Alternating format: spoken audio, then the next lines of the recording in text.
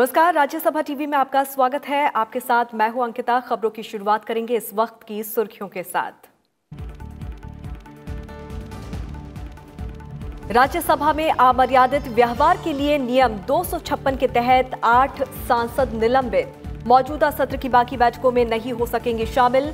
सभापति एम वेंकैया नायडू ने निलंबित सांसदों के व्यवहार पर जताई नाराजगी। आत्मनिरीक्षण करने की दी सलाह।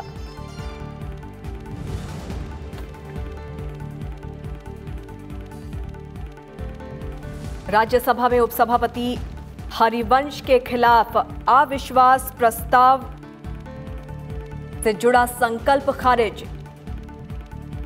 विपक्षी दलों के 47 सांसदों के संकल्प पर सभापति एम वेंकैया नायडू ने दी व्यवस्था। कहा, निर्धारित प्रारूप में नहीं पेश किया गया संकल्प, जरूरी 14 दिनों के समय का भी नहीं किया गया पालन।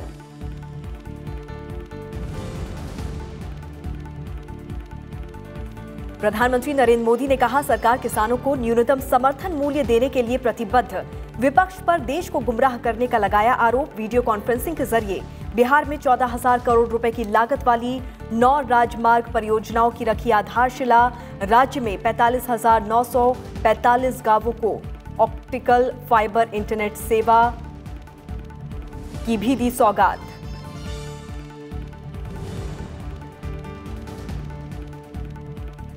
केंद्र सरकार ने किसानों को दिया तोहफा। गेहूं और चना समेत रबी की 6 फसलों पर एमएसपी में बढ़ोतरी का फैसला। कृषि मंत्री नरेंद्र सिंह तोमर ने लोकसभा में दी जानकारी। कहा, जारी रहेगी एमएसपी और सरकारी खरीद।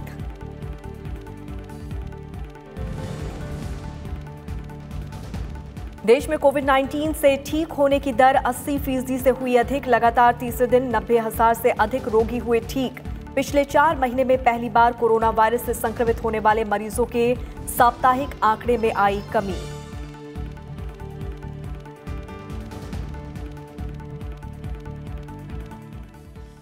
और अब देखते हैं खबरों को विस्तार से। राज्यसभा के सभापति ने 252वें सत्र के शेष बचे दिनों के लिए 8 सांसदों को निलंबित करने का फैसला किया है। इस बारे में संसदीय कार्य राज्य मंत्री वी मुरलीधरन की ओर से पेश प्रस्ताव को सदन में ध्वनि मत से स्वीकार कर लिया। उच्च सदन ने 252वें सत्र के शेष बचे दिनों के लिए 8 सांसदों को निलंबित करने का फैसला किया है। इनमें टीएमसी के डेरेक ओब्रायन और दोला सेन, कांग्रेस के राजीव सातव, रिपुन बोरा और सैयद नासिर हुसैन, आम आदमी पार्टी के संजय सिंह, सीपीएम के इलामारम करीम और के रागेश शामिल हैं। संसदीय कार्य राज्य मंत्री वी मुरलीधरन की ओर से पेश प्रस्ताव को राज्यसभा सभापति एम वेंकैया नायडू ने सदन की मंजूरी के लिए रखा, जिसे ध्वनि मत से स्वीकार कर लिया गया। The question is the following members be suspended from the service of the House for a period of the remaining part of the current session of their unruly behavior, especially with the chair, and their grossly disorder conduct, violation of the rules and etiquettes of the Rajya Sabha, thereby bringing disrepute to this august House and causing insult to the office of the Deputy Chairman yesterday. That is 2020. Sri Derek Oberyn, Sri Sanjay Singh, Sri Rajiv Satav, Sri K.K. Ragesh, Sri Syed Nazir Hussain, Sri Ripun Bora, Ms. Dora Sen, Sri Elamaram Karim. All these people have been named by the minister, and those in favor will please raise their hands and say yes. Those against will say no. I think the ayes have it, the ayes have it, the ayes have it. The motion is adopted. Thereafter, Sri Derek Oberyn, Sri Sanjay Singh, Sri Rajiv Satav, Sri K.K. Ragesh, Syed Nazir Hussain, Ripun Bora, Ms. Dora Sen, Elamaram Karim are suspended for the remaining part of the current session.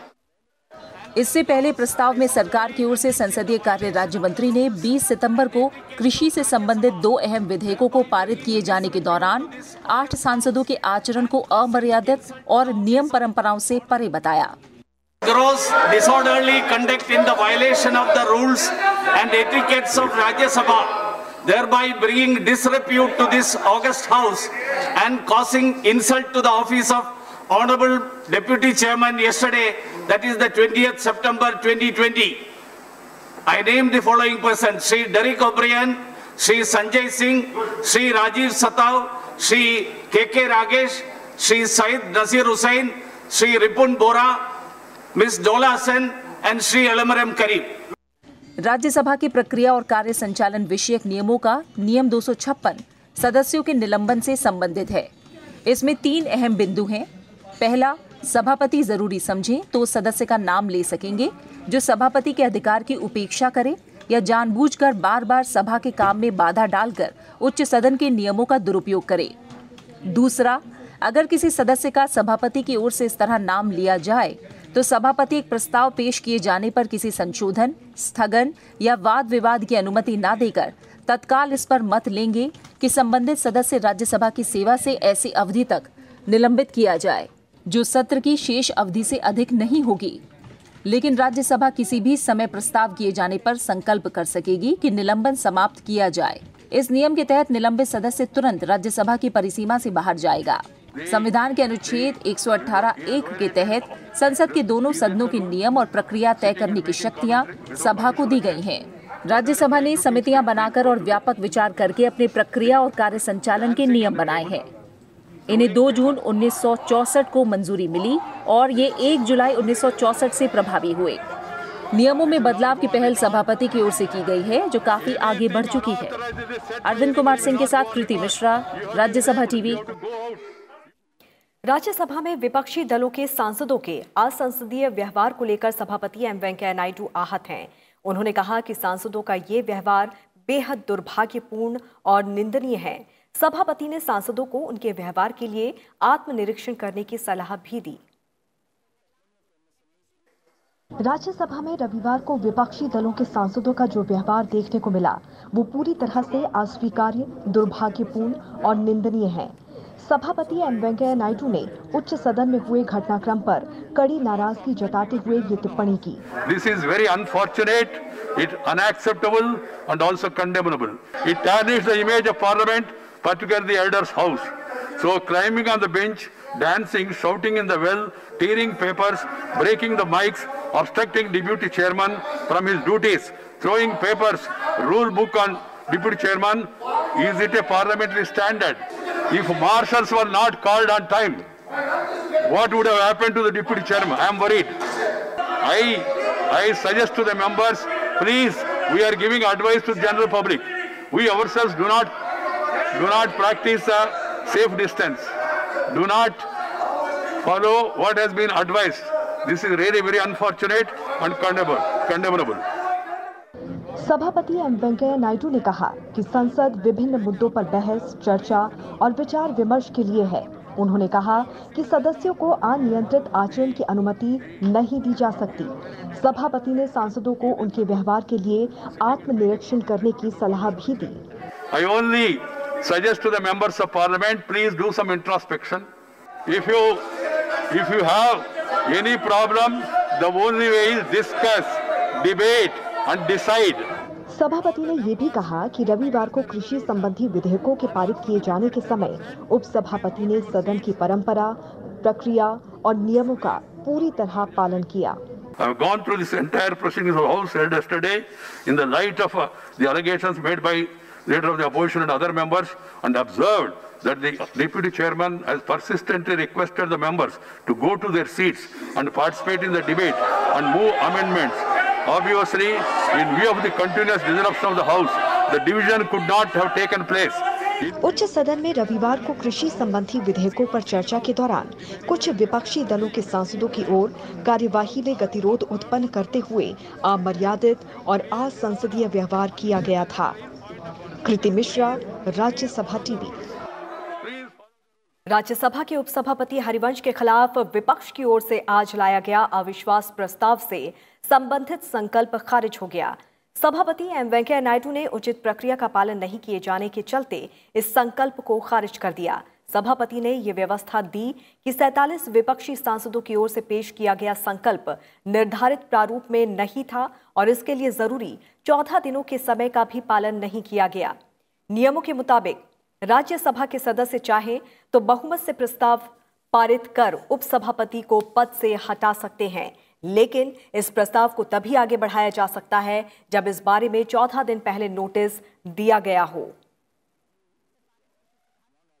The conduct of some members was grossly crossed all the barriers of parliamentary decorum and etiquettes, and thereby bringing down the prestige of the House. After carefully going through the provisions of the Constitution, rules of Rajya Sabha and past precedents, I have observed that at the outset that the motion is not in proper format. Further, as per the provisions of the Article 90C of the Constitution, a notice period of 14 days is required for moving a resolution, not a motion.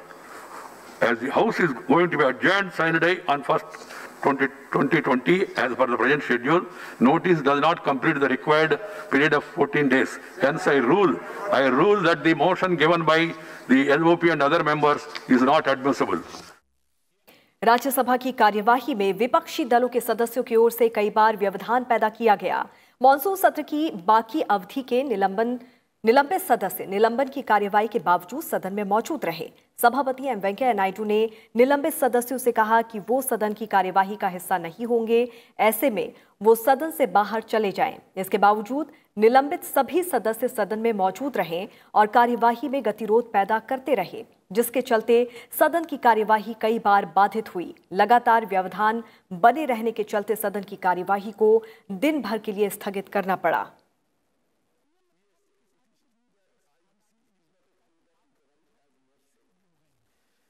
Rajya Sabha में रविवार को उत्पन्न हुए गतिरोध पर सभापति Rajya Sabha M Venkaiah Naidu की ओर से आज की गई कार्यवाही पर केंद्रीय मंत्री रविशंकर प्रसाद ने प्रेस वार्ता की। केंद्रीय मंत्री ने कहा कि उपसभापति ने 13 बार सांसदों से अपनी सीट पर जाने का अनुरोध किया और विधेयक पर वोटिंग कराने पर सहमति जारी की, लेकिन सांसदों ने सिर्फ अवरोध पैदा किया। रविशंकर प्रसाद ने कहा कि इस तरह का व्यवहार स्वीकार्य नहीं है। 13 बार उपसभापति माननीय हरिवंश जी ने आग्रह किया आप अपनी सीट पर जाएं। I want to repeat 13 times, it's a matter of record, 13 times the honorable deputy chairperson requested you please go back on your seat. वो नहीं गए तो आप अपनी सीट पर जाएंगे नहीं तो वोटिंग कहां से होगा? अगर मार्शल नहीं बचाते तो ये सारे वीडियो फुटेज में हैं उपसभापति के ऊपर फिजिकल चोट की भी आशंका क्लियर थी। विदेशी अभिदाय विनियमन संशोधन विधेयक 2020 लोकसभा से पारित कर दिया गया। विधेयक किसी भी संस्था के विदेशी अंशदान हासिल करने पर सार्वजनिक और राष्ट्रीय सुरक्षा के प्रति उत्तरदायित्व तय करने का प्रयास किया गया है। विधेयक पर चर्चा का जवाब देते हुए गृह राज्य मंत्री नित्यानंद राय ने कहा कि ये विधेयक किसी एनजीओ के खिलाफ नहीं है, ना ही विदेशी अंशदान को रोकता है। उन्होंने कहा कि एनजीओ सरकार की विशिष्ट जरूरतों को पूरा करने के लिए है। ऐसे में विदेशी अंशदान में पूरी पारदर्शिता जरूरी है। एनजीओ को पैसा जिस कार्य के लिए मिले उसी कार्य में खर्च होना चाहिए। जिन मामले में अधिनियम का उल्लंघन देखा जाता है और आगे अधिक उल्लंघन को रोकने के लिए आपातकालीन उपायों की जरूरत होती है। एक संक्षिप्त जांच के बाद ऐसे गैर सरकारी संगठन के बैंक खाते को फ्रीज करने के लिए केंद्र सरकार को सक्षम बनाने के लिए धारा 11(2) के तहत एक संशोधन प्रस्तावित है। हम पैसे के दुरुपयोग को रोकेंगे, उन पर नियंत्रण रखेंगे और जिस उद्देश्य से पैसा आता है उसको हम खर्च करेंगे। स्थानांतरण से व्यवस्था गड़बड़ाती थी, हिसाब का लेखा जोखा ठीक से नहीं हो पाता था, उसके लिए। विधेयक पर चर्चा में हिस्सा लेते हुए विभिन्न दलों ने बिल के प्रावधानों को लेकर अपनी चिंता और विचार सदन में रखे। It is not fair to bring the philanthropic activities and non-profitable activities by receiving foreign aid under bureaucratic control by creating license rats. जो जिस पर्पज के लिए, जिस प्रयोग के लिए जो उनको पैसा मिल रहा था उसमें न खर्च करके उन्होंने दूसरे कामों में अपना वो खर्च कर रहे थे। कभी कभी जांच में समय लगता है और इसलिए वो 6 महीने की जांच के उसमें एक समय जो है बढ़ाए के लिए, कई बार 6 महीने में नहीं होता तो दोबारा उसको 6 महीने का समय बढ़ाया जाए, ये भी एक संशोधन ला गया। Bill now proposes that the MHA may permit any organization to surrender the certificate granted under this Act. MHA is satisfied that the organization has not contravened any provisions of FCRA. Why only State Bank of India? Why not other banks? Are you trying to sow suspicion that other banks are not capable of opening an FCRA account or managing them? Or are you incapable of doing it? So can you please clarify why only State Bank? केंद्र सरकार ने संसद से कृषि से संबंधित bill pass करवाने के बाद अब रबी फसलों के लिए न्यूनतम समर्थन मूल्य पर बढ़ोतरी को मंजूरी दी है। इसको लेकर कृषि मंत्री नरेंद्र सिंह तोमर ने लोकसभा में एमएसपी बढ़ाने की घोषणा की। कृषि मंत्री ने कहा कि इस कदम से हम साफ संदेश भेजना चाहते हैं कि सरकार ने एमएसपी को हटाया नहीं है। सरकार ने 6 रबी फसलों पर एमएसपी बढ़ाया है। इसमें गेहूं में 50 रुपए, चना में 225 रुपए, मसूर में 300 रुपए, सरसों में 225 रुपए, जौ में 75 रुपए और कुसुम में 112 रुपए प्रति क्विंटल का इजाफा किया है। आज हमने रबी की बुआई प्रारंभ होने के पूर्व ही 6 रबी की फसलों की एमएसपी माननीय प्रधानमंत्री जी की अध्यक्षता में सीसीए की बैठक में स्वीकृति प्रदान की है। मैंने उस समय भी कहा था एमएसपी जारी रहेगी। जो भारत सरकार ने कहा, जो नरेंद्र मोदी जी ने कहा, वो एमएसपी घोषित करके उसको आज हमने प्रमाणित किया है। और मैं आपके माध्यम से सारे देश को ये कहना चाहता हूँ कि एमएसपी भी जारी रहेगी, एपीएमसी भी जारी रहेगी और एपीएमसी के बाहर किसान अपने उत्पादन का उचित मूल्य प्राप्त करने के लिए किसी भी स्थान, किसी भी राज्य, किसी भी व्यक्ति को किसी भी कीमत पर बेचने के लिए स्वतंत्र है। सरकारी खरीद भी एमएसपी पर सरकारी खरीद की जारी रहेगी। प्रधानमंत्री नरेंद्र मोदी ने कृषि विधेयकों के संसद में पारित होने की सराहना की है।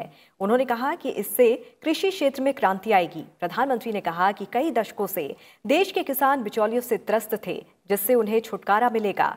उन्होंने कहा कि किसानों को न्यूनतम समर्थन मूल्य का लाभ मिलता रहेगा और सरकारी स्तर पर कृषि उत्पादों की खरीद होती रहेगी। साथ ही इन विधेयकों के पारित होने से किसानों का बड़े स्तर पर सशक्तिकरण होगा। वीडियो कॉन्फ्रेंसिंग के जरिए बिहार को विकास की एक और सौगात के मौके पर प्रधानमंत्री नरेंद्र मोदी ऐतिहासिक कृषि सुधार बिलों पर एक बार फिर बोले। उन्होंने कहा कि पुराने कानून की आड़ में कुछ गिरोह किसानों की मजबूरियों का फायदा उठा रहे थे और इसीलिए ये बदलाव हमारी सरकार ने करके दिखाया। नए कृषि सुधारों से किसानों को किसी को भी कहीं भी अपनी फसल को अपनी शर्त पर बेचने का अधिकार मिला है। प्रधानमंत्री ने कहा कि मैं देश के हर किसान को इस बात का भरोसा देता हूं कि एमएसपी और सरकारी खरीद की व्यवस्था जैसे पहले चलती आ रही थी वैसी ही चलती रहेगी। कृषि क्षेत्र में इन ऐतिहासिक बदलावों के बाद, इतने बड़े व्यवस्था परिवर्तन के बाद कुछ लोगों को अपने हाथ से नियंत्रण जाता हुआ दिखाई दे रहा है। इसलिए अब ये लोग एमएसपी पर किसानों को गुमराह करने में जुटे हैं। मैं देश के प्रत्येक किसान को इस बात का भरोसा देता हूं कि एमएसपी की व्यवस्था जैसे पहले चलती आ रही थी वैसे ही चलती रहने वाली है। प्रधानमंत्री ने कहा कि कोरोना संक्रमण के दौरान भी रबी सीजन में किसानों से गेहूं की रिकॉर्ड खरीद की गई है। इसके अलावा इस साल रबी में गेहूं, धान, दलहन और तिलहन को मिलाकर किसानों को 1,13,000 करोड़ रुपए एमएसपी पर दिया गया है। प्रधानमंत्री ने कहा कि 2014 से पहले के मुकाबले बीते 5 साल में सरकारी खरीद के आंकड़े सरकार की प्रतिबद्धता की गवाही देते हैं। बीते 5 साल में जितनी सरकारी खरीद हुई है और 2014 से पहले के 5 साल में जितनी सरकारी खरीदी हुई है उसके आंकड़े देखोगे तो कौन सच बोल रहा है, कौन किसानों के लिए काम कर रहा है, कौन किसानों के भलाई के लिए काम कर रहा है, इसकी गवाही वहीं से मिल जाएगी। मैं अगर दलहन और तिलहन की ही बात करूं तो पहले की तुलना में दलहन और तिलहन की सरकारी खरीद करीब करीब 24 गुना अधिक की गई है। 24 गुना अधिक। प्रधानमंत्री नरेंद्र मोदी ने कहा कि देश के किसानों को देश की खेती को आत्मनिर्भर बनाने के लिए हमारे प्रयास निरंतर जारी हैं और निरंतर जारी रहेंगे। Bureau report, Rajya Sabha TV. प्रधानमंत्री नरेंद्र मोदी ने आज बिहार के लोगों को डिजिटल इंडिया अभियान के तहत बड़ा तोहफा दिया। प्रधानमंत्री ने राज्य में ऑप्टिकल फाइबर केबल इंटरनेट सेवा की शुरुआत की। इस सुविधा के तहत बिहार के 45,945 गांवों को ऑप्टिकल फाइबर इंटरनेट सेवा से जोड़ा जाएगा। इसके अलावा प्रधानमंत्री ने बिहार में 14,000 करोड़ रुपए से अधिक की लागत वाली 9 राजमार्ग परियोजनाओं का शिलान्यास किया। बख्तियारपुर रजौली सड़क का निर्माण पैकेज 3। प्रधानमंत्री नरेंद्र मोदी ने बिहार वासियों के लिए एक बार फिर सौगातें दी। उन्होंने वीडियो कॉन्फ्रेंसिंग के जरिए सोमवार को बिहार में 9 हाईवे प्रोजेक्ट्स का शिलान्यास किया। इन परियोजनाओं में हाईवे को 4 लेन और 6 लेन का बनाने और नदियों पर 3 बड़े पुलों के निर्माण का काम शामिल है। प्रधानमंत्री ने इस मौके पर कहा कि बिहार की विकास यात्रा में ये एक और अहम दिन है। प्रधानमंत्री ने कहा कि इंफ्रास्ट्रक्चर से जुड़े प्रोजेक्ट्स पर जिस स्पीड पर काम हो रहा है वो अभूतपूर्व है। 2014 से पहले की तुलना में आज हर रोज दोगुनी से भी तेज गति से हाईवे बनाए जा रहे हैं। हाईवे निर्माण पर होने वाले खर्च में भी 2014 से पहले की तुलना में लगभग 5 गुना बढ़ोतरी की गई है। आज बिहार की विकास यात्रा का एक और अहम दिन है। अब से कुछ देर पहले बिहार में कनेक्टिविटी को बढ़ाने वाली 9 परियोजनाओं का शिलान्यास किया गया है। इन परियोजनाओं में हाईवे को 4 लेन और 6 लेन बनाने का और नदियों पर 3 बड़े पुलों के निर्माण का काम शामिल है। प्रधानमंत्री नरेंद्र मोदी ने इस मौके पर बिहार के 45,945 गांवों को ऑप्टिकल फाइबर नेटवर्क से जोड़ने वाली सेवाओं का भी उद्घाटन कर राज्य में ग्रामीण डिजिटल क्रांति की शुरुआत की। उन्होंने कहा कि गांव के इंटरनेट से जुड़ने से जहां गांव के बच्चों के लिए दुनिया भर की किताबों और जानकारी तक पहुंचना आसान हो जाएगा, वहीं टेलीमेडिसिन जैसी सुविधा भी मिल सकेगी। साथ ही किसानों को खेती की आधुनिक तकनीक के बारे में आसानी से पता चल सकेगा। जब गांव-गांव में तेज इंटरनेट पहुंचेगा तो गांव में पढ़ाई आसान होगी। गांव के बच्चे, हमारे ग्रामीण युवा भी एक क्लिक पर दुनिया की किताबों तक, तकनीक तक आसानी से पहुंच पाएंगे। यही नहीं, टेली मेडिसिन के माध्यम से अब दूर सुदूर के गांवों में भी सस्ता और प्रभावी इलाज गरीब को घर बैठे ही दिलाना संभव हो पाएगा। बिहार के गांवों में आने वाले समय में दिल्ली मुंबई की तरह हाई स्पीड इंटरनेट मुहैया होगा। प्रधानमंत्री नरेंद्र मोदी ने बिहार को जो तोहफा दिया है वो न सिर्फ गांव को सड़क से जोड़ेगा बल्कि उन्हीं गांवों को मॉडर्न बनाने की दिशा में भी एक कदम आगे बढ़ाएगा। प्रधानमंत्री ने 2015 में भी बिहार में महत्वपूर्ण बुनियादी विकास के लिए विशेष पैकेज की घोषणा की थी। इसमें 54,700 करोड़ रुपए की 75 परियोजनाएं शामिल थी। इनमें से 13 परियोजनाएं पूरी हो चुकी हैं, 38 का काम चल रहा है और अन्य विस्तृत रिपोर्ट या मंजूरी के विभिन्न चरणों में है। Bureau report, Rajya Sabha TV. Corona के मामले में भारत की राष्ट्रीय रिकवरी दर 80% के पार पहुंच गई है। कोरोना मरीजों के तेजी से स्वस्थ होने के कारण भारत में लगातार तीसरे दिन कोविड-19 के 90,000 से अधिक रोगी ठीक हुए हैं। पिछले 24 घंटे में 93,356 मरीजों को छुट्टी दी गई है। इसके साथ ही अब तक करीब 43,96,000 से ज्यादा मरीज ठीक हुए हैं, जो दुनिया में सबसे अधिक हैं। दुनिया में कोरोना से ठीक होने वाले कुल लोगों में 19% से ज्यादा भारत में हैं। केंद्र सरकार की निगरानी और उपचार की रणनीति पर कारगर तरीके से अमल के कारण कोरोना के मरीजों के स्वस्थ होने की दर बढ़ी है, जबकि मृत्यु दर में गिरावट आई है। भारत कोविड संक्रमण से मुक्त होने के मामले में दुनिया में पहले स्थान पर आ गया है। स्वास्थ्य मंत्रालय ने बताया कि पूरे विश्व में कोविड संक्रमण से मुक्त होने वालों की कुल संख्या का 19% भारत में है। बीते एक दिन में 86,961 नए मरीजों का पता चलने से देश में संक्रमण के कुल मामलों की संख्या 54,87,000 से अधिक हो गई है।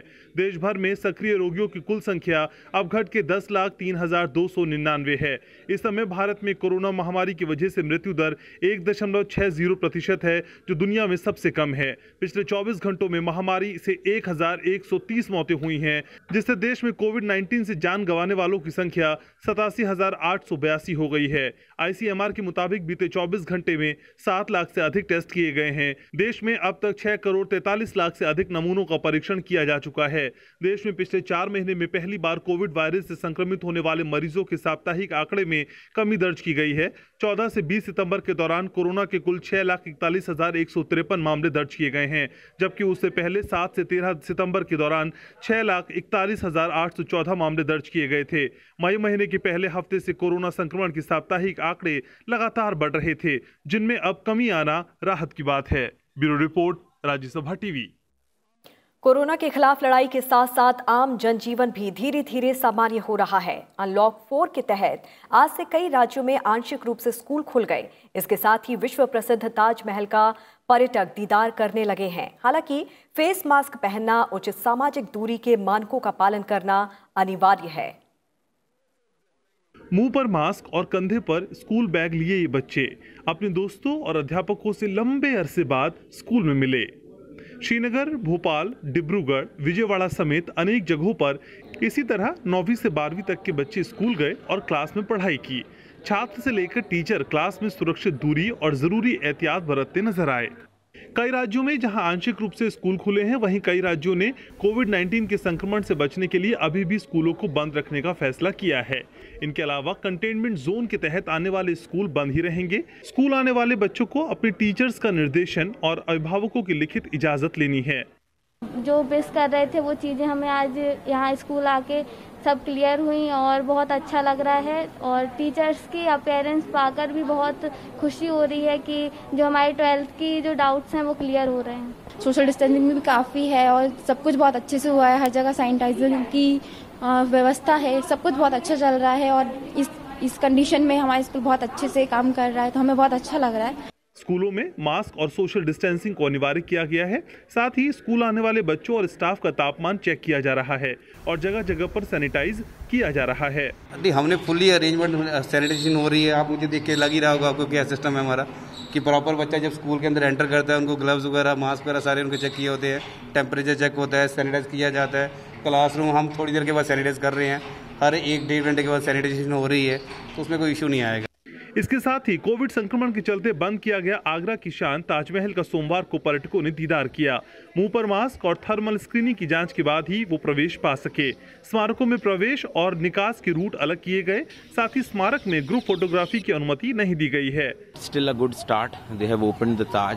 It's a good message. Once the tourists will get to know about it, they will start coming. At least domestic tourists will start coming, and I hope in 2-3 months the foreign tourists will also start coming to see the Taj. सोमवार से 100 व्यक्तियों की सीमा के साथ सामाजिक, शैक्षणिक, खेल, मनोरंजन, सांस्कृतिक, धार्मिक, राजनीतिक कार्य और अन्य सभाओं की इजाजत मिल गई है। Bureau report, Rajya Sabha TV. Association of world election bodies की अध्यक्षता के 1 वर्ष पूरा होने पर भारतीय चुनाव आयोग ने आज कोविड-19 के दौरान चुनाव आयोजित करने के लिए एक अंतर्राष्ट्रीय वेबिनार का आयोजन किया। इसका विषय था मुद्दे, चुनौतियां और प्रोटोकॉल। कोविड-19 के दौरान चुनाव कराने के अनुभवों को साझा करने के लिए ये दुनिया भर के लोकतंत्रों के लिए एक अवसर था।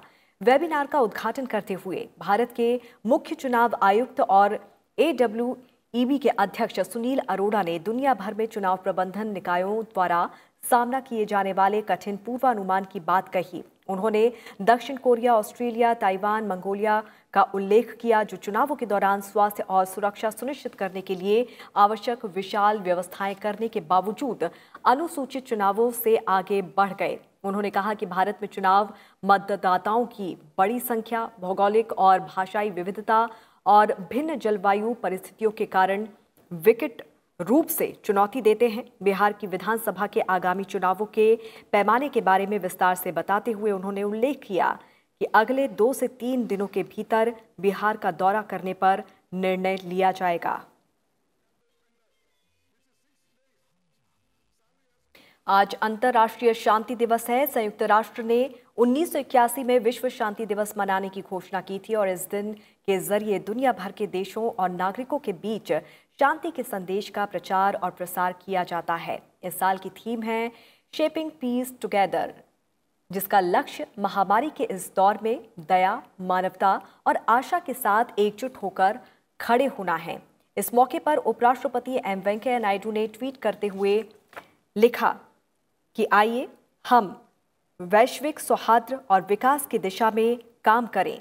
हमें ये नहीं भूलना चाहिए कि शांति प्रगति की कुंजी है। वे लिखते हैं कि दुनिया को अहिंसा का रास्ता चुनना होगा और ये सुनिश्चित करना होगा कि सभी राष्ट्रों में शांति बनी रहे। आतंक और हिंसा की ताकतों को पूरी तरह से अलग किया जाना चाहिए। वहीं उपराष्ट्रपति ने शांति मंत्रों में निहित शांति और समावेशी सौहार्द के सनातन आदर्शों को प्रणाम करते हुए विकास के लिए शांति को जरूरी शर्त बताया है। उनका कहना है कि विश्व शांति के लिए आतंकवाद को जड़ से समाप्त करना होगा।